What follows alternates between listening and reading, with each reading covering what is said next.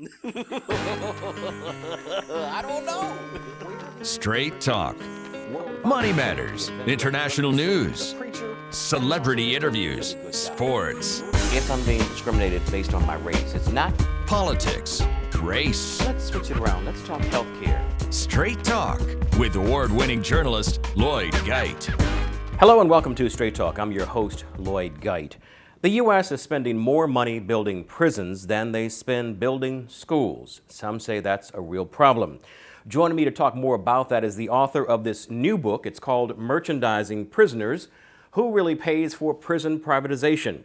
He is Dr. Byron Eugene Price. Thank you so much for joining us on Straight Talk. How are you? Fine, thank you, and thanks for having me. Let's talk about why you decided to publish this particular book dealing with the prison system. Yeah, so I grew up in Memphis, Tennessee, in this project called Lamont Gardens, with the History Channel. I actually profiled the projects that I grew up in. And so one day I asked my mother when I was young, because I was always a precocious child, I said, "Mother, where are all the adult males?" Because I never saw my father till I was 26. And she said, "They're all in prison." And then as I began to grow up, most of the guys that I grew up with, they basically started to go to prison. And then one day I came across an article when I was in school and looking at Corrections Corporation of America, which started in Nashville, Tennessee. And I saw where prisons were private. I was like, wow, prisons are private. But then I read a little further and it said that they're stock traded on the stock exchange. I was like, what? I said, traded on the stock exchange. Then I began to sort of, I guess, put together the pieces that, well, there's a vested interest in incarceration once it's traded on the stock exchange. So I began to research it. And so I decided, I did my dissertation on prison privatization as well. So I said, well, let me take this take all this technical information and put it in lay terms and try to get that data out there. So putting it in lay terms means that private prisons are big business. They're billion-dollar business. Corrections Corporation of America, basically revenues last year was $1.7 billion. That's what the revenue is, $1.7 billion. And the GEO Group was $952 million. And the GEO Group is a group of prisons, private prisons. It's an organization that used to be formerly known as Wackenhut, the security company. So they spun off the GEO Group to get into private prisons. And so they're the second largest for private prison. But now I think they become the largest because they basically merged with the third largest for private prison corporation, Cornell Companies. So they merged with them. So now you have the two very large conglomerates, multinational corporations that manage prisons. Now, in order to make money off of private prisons, you have to have prisoners. Exactly. So where are these prisoners coming from? They're coming from our community. The black community. The black community. When you look at the dropout rate, which is extremely high, and it's under, and when you think about the dropout rate, it's basically, when you look at the current population survey, it only surveys traditional institutional places like the homes and so forth, but they don't survey prisons and so forth. So basically the dropout rate is a lot higher. It's probably been under counted about 40%. Wow. Yeah, so the dropout rate, so once you drop out, then the likelihood of you finding a job is remote. So you have a lot of people that are dropping out, they're going to prison because they're going under the underground economy, getting involved in illicit activities. So a lot of them are going to prison. But Dr. Price, what about those who say those black men are just bad? They deserve to be in prison. They rape, they steal, they do all kinds of bad things, selling drugs. Black men are just bad. Well, black men don't have a monopoly on these evil things that you talk about. There's a lot of whites, it's a lot of Hispanic, a lot of Asians, they do the same thing. But you're in the media basically paints that image of black people as criminals, and they're criminalizing our kids. I mean, our kids are being punished for adolescent behavior. They're writing 6-year-old kids tickets, and they send them before a municipal court judge. And then our kids are walking through metal detectors in school, and they have all these policemen, as opposed to sort of like taking them to the principal's office, they take them to the juvenile justice system of the courts. So they're basically grooming our kids to go into the criminal justice system. But what about these, again, these bad black men? But there are a lot of bad white men. There are a lot of bad. But let's talk about the bad black men. for the bad black men. In any culture, there are bad people. Period. So you can't, exactly, so you can't stigmatize the entire population. And that's what's being done. I don't care who you are, people are going to exploit situations because, quite frankly, there are a lot of people out there aren't interested in doing anything but being criminal. But we don't have a monopoly on that. But unfortunately, we don't control the camera, so the media only shows you images of a lot of bad black men. They don't show you images of positive men like yourself or like myself or a lot of other people. They show us basketball and buffoons that are rapping and the vulgarity on the TV, and then when you see all this kind of stuff, you just have an image of a pathological black man. But so what you're saying, doctor, is that in order for these private prisons to survive and make these billions of dollars in profits, they need black men. They do, and like you said in the opening, now our country's priorities are so screwed up that they spend more on corrections than they do education. That's a problem. It is a problem. So, help me understand that. Well, I'm helping you understand it. These people, they know that there's a direct, when you think about statistics, when you run these analysis, there's a direct correlation between dropout and incarceration. So you underfund the schools, okay, or you don't fund the schools, and so the kids don't get a quality education. So what's the likelihood of their chance, their economic mobility, their social mobility increasing? Without the education, your social mobility, economic mobility is not going to increase. So you're going to wind up going to jail because you have to survive. Talk about Maslow's needs, you need your physical needs, your security needs, all those needs met. If you can't meet those needs, then you go out and like Trading Places, when they flipped the script. I don't know if you remember that movie when Eddie Murphy was the bum and Dan Aykroyd was the Wall Street investor. They flipped it, and he was one of those same bad black men that you talked about because people's life chances basically, you know, a lot of people succumb to, a lot of people aren't as strong as we are. You know, we got in there, we hung in there, we stuck in there, but there were positive people in our lives. Some people are not as fortunate to have positive people in their lives, so they go out and they do bad things. We're going to get back to those bad things. We're going to take a break. Stay with us for Straight Talk, more of our topic on prisons. Stay with us. Gulfgate Dodge Chrysler Jeep. Get it right.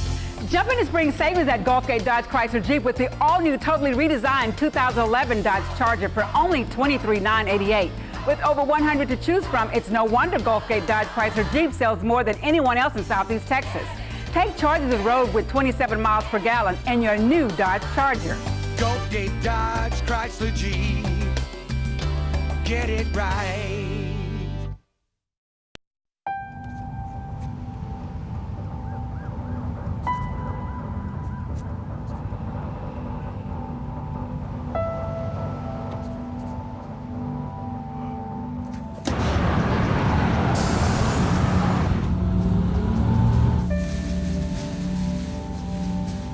When life's this hard, it's no wonder 7,000 students drop out every school day. Visit boostup.org and help kids in your community stay in school.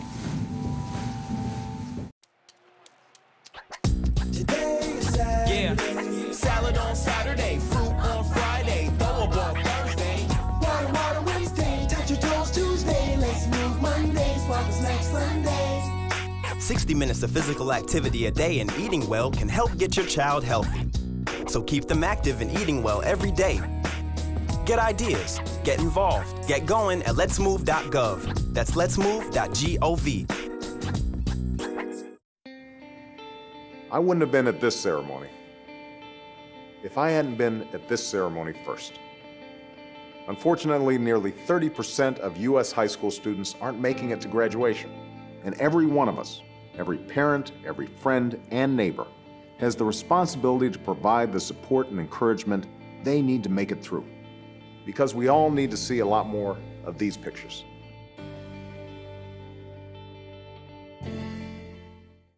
And welcome back to Straight Talk. My guest is Dr. Byron Eugene Price. He has written this very interesting book called Merchandising Prisoners: Who Really Pays for Prison Privatization. I want to get back to this whole thing about young black boys being trained at a very early age to enter into the prison system. We talked about the importance of there being people to go to prison to help these corporations make money.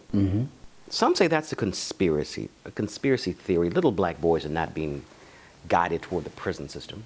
Well, I think the statistics bear out that fact. When you think about the number of little black boys that are suspended, that are tracked in lower educational tracks, okay, when you take into consideration that the black people are only 12% of the population, but they comprise over half the prison population. In the juvenile justice system, they're maybe up 60 to 70%. So I think the statistics bear it out. Black kids are being punished for adolescent behavior. Okay, white kids get taken home, but our kids have disproportionate contact with the criminal justice system. They take our kids to the police station. They don't take our kids home. My dad doesn't play golf with the district attorney or the judge. Okay, so our kids are being placed in the criminal justice system. And when you think about the school system with these zero tolerance policy, now they're creating this prison to pipeline, this school to prison pipeline phenomenon that you hear so much about. And that's punishing kids for adolescent behavior. Now, kids are gonna fight and do a lot of other things, so why are you taking them to jail? Why are you taking them before a judge? The kids are fighting. That's adolescent behavior. I mean, one child pushed a teacher and they tried to get a 14-year-old 15 years in prison. 15 years in prison, that's the most absurd thing I have ever heard. For pushing the teacher? For pushing the teacher. Okay, yes, your child needs to have some disciplinary action, but I mean, you're sending kids to prison. I mean, 6-year-old get a ticket and they're going before a municipal judge. So they're grooming our kids for the criminal justice system. So when you think about the educational system, it reinforces social inequality by tracking kids into lower tracks. But also when you think about some of those structural things, funding, okay, they don't fund our schools. And so, but also when you think about the occupational structure, where a lot of teachers teach our kids for what they feel the kind of jobs that they're gonna eventually go into. Like they told Malcolm X, well, you couldn't be a lawyer, you should think about being a carpenter. So a lot of teachers educate our kids with that in mind. So this is not a conspiracy theory. No. It is a conspiracy. Well, I think it's about economics. It is a conspiracy. I think one of the things people don't know what to do with black people. They say we're lazy, but we built this country, okay. Then they talk about reparations, okay. They said, no, you can't have reparations. We didn't enslave you, but you inherited money, so give that back. Okay, so my thing is, I know people talk about black people, but I think black people are actually tired of working for free. They talk about how lazy and trifling we are. Well, we came in slavery, you had a sharecropping system, no money, peonage, Jim Crow, so black people tired of working for no money. Okay, but I understand we still have to adapt and we have to work in this system, but I think people talk about it, it's a conspiracy, but to me it's I call it convenience theory, that so many black people are incarcerated and all these things keep happening to black people.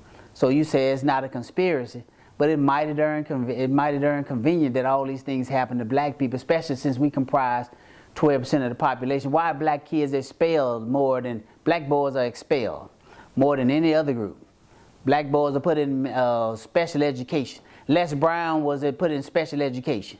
The motivational speaker. The motivational speaker who charges $30,000 an hour now, okay, for people to talk to. I mean, black boys aren't, once they reach a certain age, teachers become afraid of them.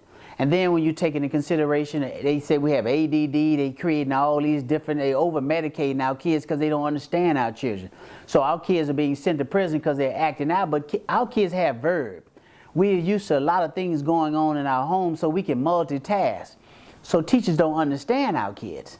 So they discipline our kids. I mean, anything to get them out of school. And another thing, as No Child Left Behind, since our kids aren't performing very well on standardized tests, they're pushing out our kids out of school so they can get their test scores up. If they don't get you this way, they get you that way. Yes. But see, it's not that we don't perform well on standardized exams, it's just that we are unexposed to what they're teaching those kids. For example, a lot of things that people don't know, the GRE score, which you have to take to get tests, which you have to take to get in graduate school. Well, black people do very well on abstract questions, but they throw those questions out because whites do better on those, do it worse on those questions. So the abstract questions. Yes. So they put a lot of questions on there that whites do better on those exams. You can go do the research. Your audience, they can go do the research. I stand by that. So one of the things, they always paint us in such a way that we can't perform, or we're pathological, or we're inadequate. But that's not necessarily true. Black people are strong people. Yes, all people have bad people in their community. And if they were locking white males up the way they're locking black men up, they would change the policy. Just like when white guys were getting popped for smoking marijuana back in the day, they decriminalized marijuana. Now they're decriminalizing crystal meth. Now if you look at government statistics, Those are white drugs. yes, those are white drugs now. Crack cocaine, when they used to be 100 to 1, now they made it to 18 to 1. Wow, that's so nice of y'all to make it 18 to 1. Where there's no pharmacological difference between crack and powder cocaine. Now, this much crack cocaine has a $20 street value. 500 grams of powder cocaine has a $50,000 street value. So whites that use powder cocaine, it take you 500 grams of powder cocaine to get a 5-year sentence.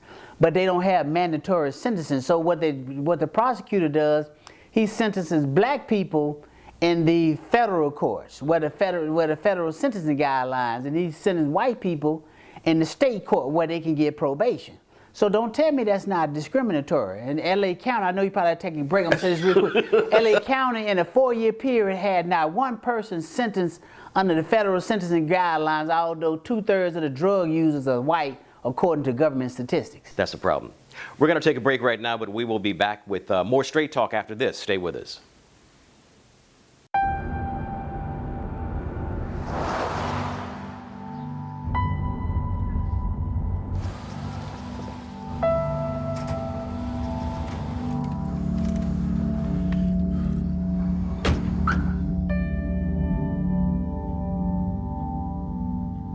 Talking to your kids about finishing school isn't easy, just necessary. Go to boostup.org for materials that can help.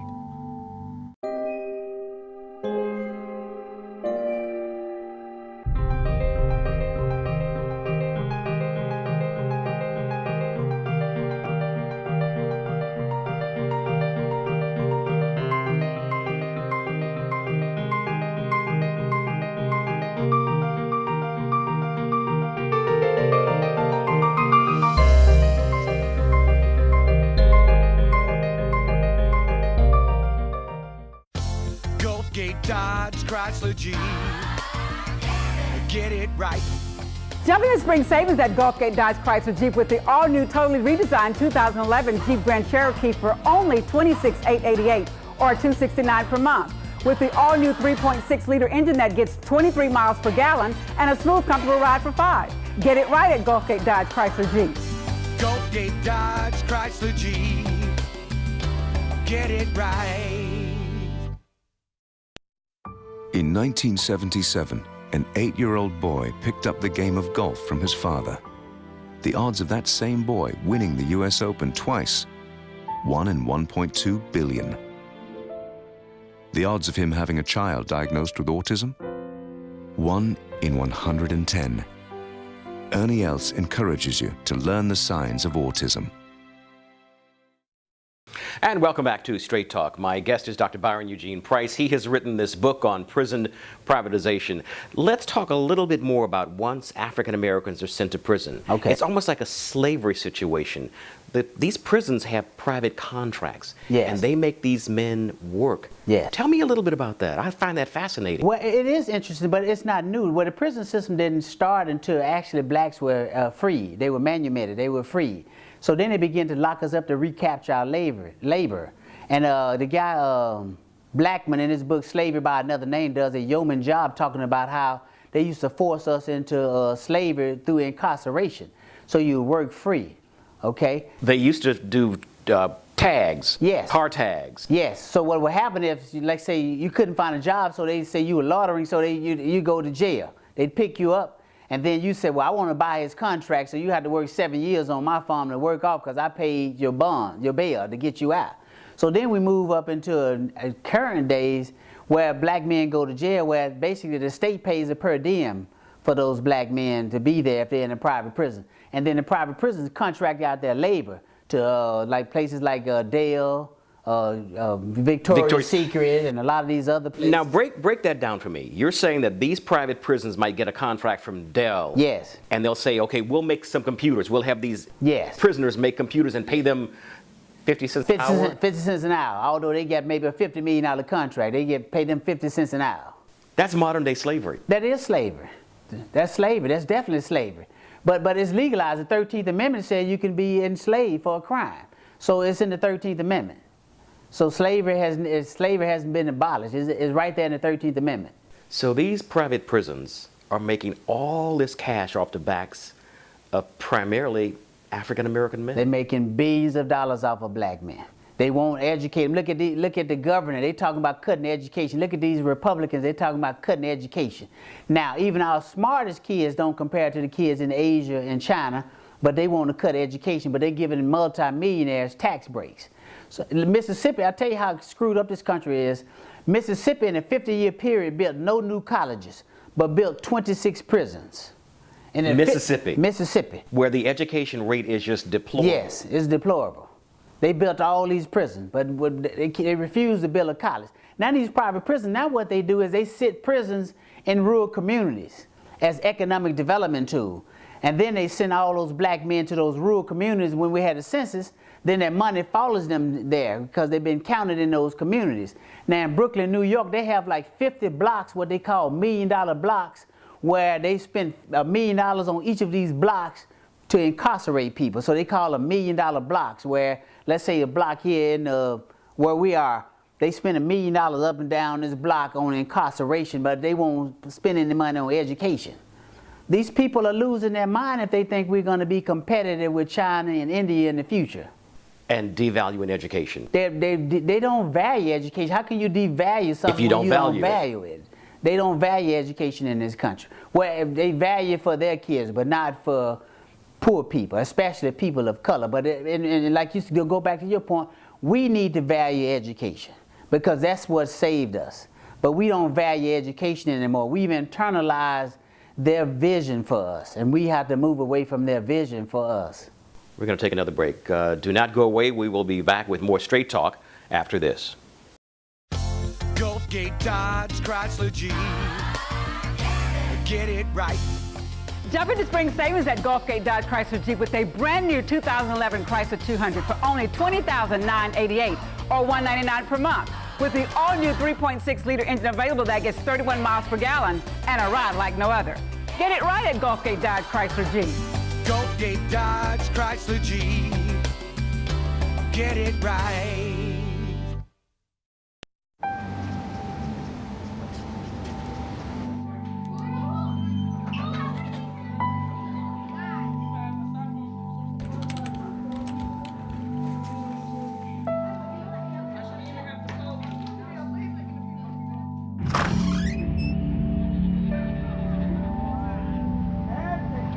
When life's this hard, it's no wonder 7,000 students drop out every school day. Visit boostup.org and help kids in your community stay in school.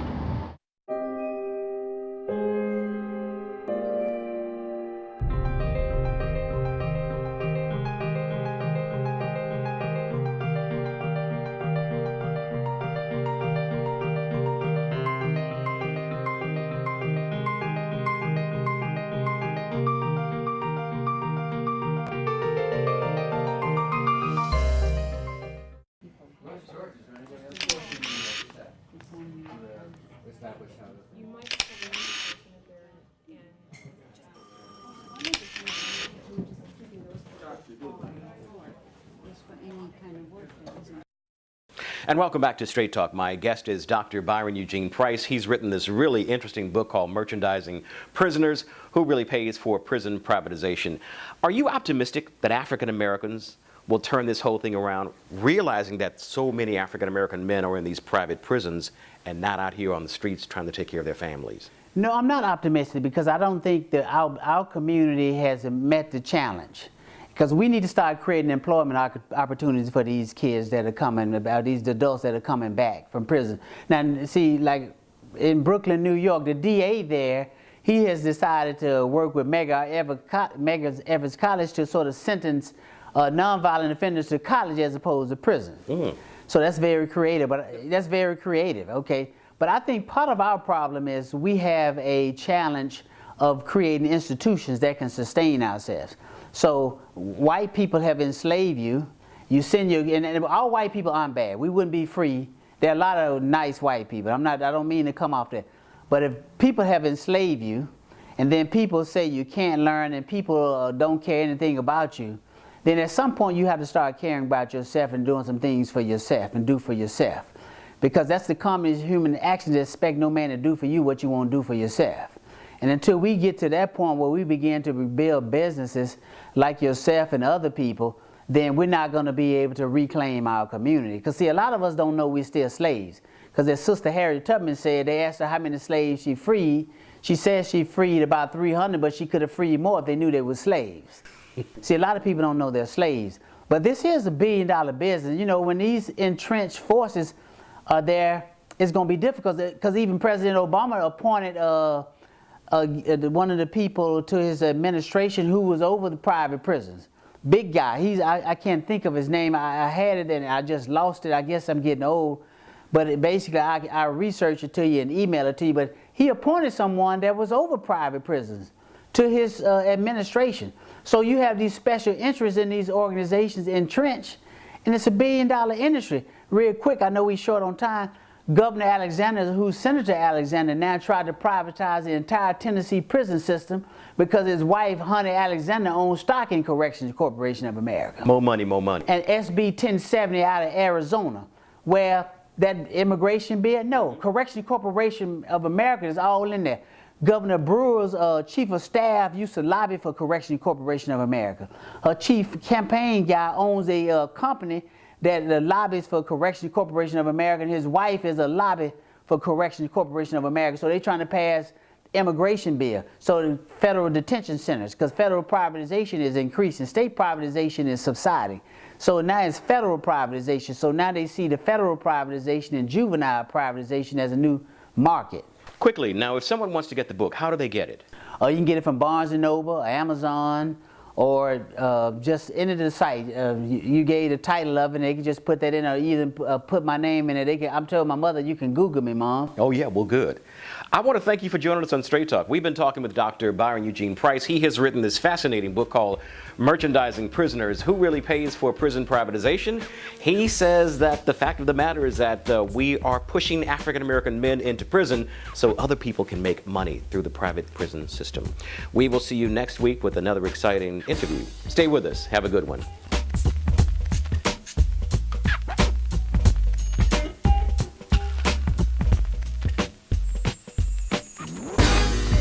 Straight Talk with award-winning journalist Lloyd Geit.